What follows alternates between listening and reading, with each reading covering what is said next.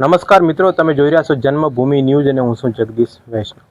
આપણો ભારત એક સાંપ્રદાયિક દેશ છે। આપણા ભારતની અંદર અવનવા તહેવારો પણ મનાવવામાં આવે છે, અવનવા ચમત્કારો પણ થતા આવ્યા છે। અત્યારે આમ જોવા જઈએ તો આપણા ભારતની અંદર એટલે કે આપણા વિસ્તારની અંદર દશામાના વ્રતનો મહિમા ખૂબ જ છે ને અત્યારે વ્રતના લગભગ 8મો દિવસ ચાલી રહ્યો છે। ત્યારે આમ વાત કરવા જઈએ તો ભાતના અને જાતના ચમત્કારોની વાત પણ સામે આવે છે। તમે પણ જોયા હશે યુટ્યુબ ઉપર કે પછી ઇન્સ્ટાગ્રામની ઉપર કે ફેસબુક ઉપર કે સોશિયલ મીડિયાની ઉપર વધારે વિડીયો વાયરલ થઈ રહ્યા છે। કોઈક દેવીના હાથમાંથી કંકુ ઝરી રહ્યો છે, તો કોઈકના સાંઢણીના આંખમાંથી ઘીના ફુવારા પણ છૂટી રહ્યા છે। કોઈક પૈસાનો વરસાદ પણ કરાવી રહ્યા છે, તો કોઈ અવનવા ગતકડા કરીને મોઢાની અંદરથી દશામાની મૂર્તિઓ પણ નીકાળી રહ્યા છે। પરંતુ જ્યારે સાયન્સ એટલે કે 21મી સદી ચાલી રહી છે ને 21મી સદીમાં સાયન્સ કતઈ આ માનવા તૈયાર નથી કે આવા પણ ચમત્કાર થઈ શકે છે। પરંતુ આમ જોવા જઈએ તો એમને જોતા આપણું વાત પણ ના ટાળી શકે અને આવા ચમત્કાર જોતા આપણા બે હાથ અને ત્રીજું મસ્તક આપણે આપ નમી જાય છે। તો વાત કરવામાં આવે અત્યારે વ્રતની, તો અત્યારે વડોદરાની અંદર માતાના મઢ, દશા માતાના મઢને અને જે એક સાંઢણી છે એના અંદર આંખમાંથી ઘીની સતત ધારા વહી રહી છે। લગભગ 8 દિવસ થવા આવ્યા છે। લોકો દૂર દૂરથી એમના દર્શન કરવા માટે ભીડ લઈ અને લાઈનો લગાવીને પડાપડી કરી રહ્યા છે।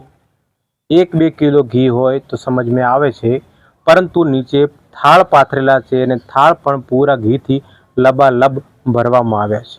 આ ચમત્કાર ખાલી એક જ નથી, પણ ચમત્કાર આવા તો આપણા ગુજરાતની અંદર કેટલાય છે।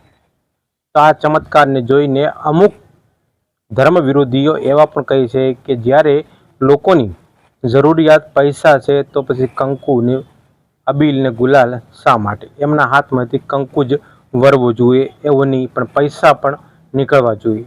પરંતુ આમ વાત કરવા જઈએ તો કોઈના ઉપર આરોપ લગાવતા નથી અને આવા વાતને કે આવા ચમત્કારને સપોર્ટ પણ કરતા નથી। પરંતુ જ્યારે આવી વાત સામે આવે છે, જ્યારે ખરેખર એક મનમાં કુતૂહલ થઈ રહ્યું કે શું આવા 21મી સદીની અંદર પણ આવા ચમત્કાર સંભવ છે?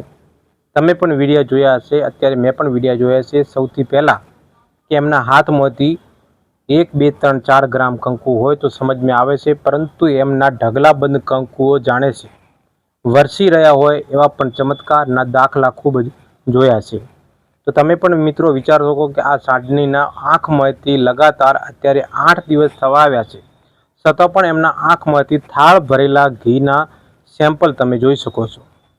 તો આવા વૈજ્ઞાનિક જાથાવાળા પણ એમનો સખત વિરોધ કરી રહ્યા છે કે આવી કોઈ માન્યતા હોતી નથી। પરંતુ જ્યારે આવા આપણે વિડીયા જોઈ રહ્યા છે ત્યારે ખરેખર આપણું મન પણ માનવાનું મક્કમ કરે છે।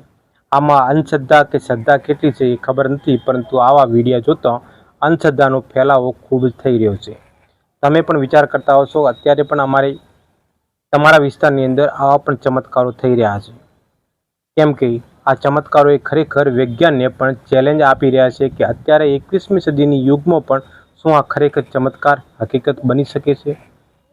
પરંતુ વિજ્ઞાન આ ક્યારે પણ માનવા તૈયાર નથી। એ એમના તર્ક ઉપર તર્ક રજૂ કરતા હોય છે અને આ તર્ક જ એક રજૂ કરતા હોય છે। એમાં વિજ્ઞાન જાથાવાળા અને જયંત પંડ્યા પણ આમનો સખત વિરોધ કરી રહ્યા છે કે આવા કોઈ ચમત્કાર હોતા નથી, એ માત્ર ને માત્ર ખેલ રચવા માટે અને હાથ ચાલાકી જ હોય છે। પરંતુ જ્યારે આવા વિડીયો સામે આવી રહ્યા છે અને વિડીયાને જોતા આપણું પણ મન ખરેખર બે હાથ અને ત્રીજું મસ્તક નમાવવા માટે તૈયાર થઈ રહે છે।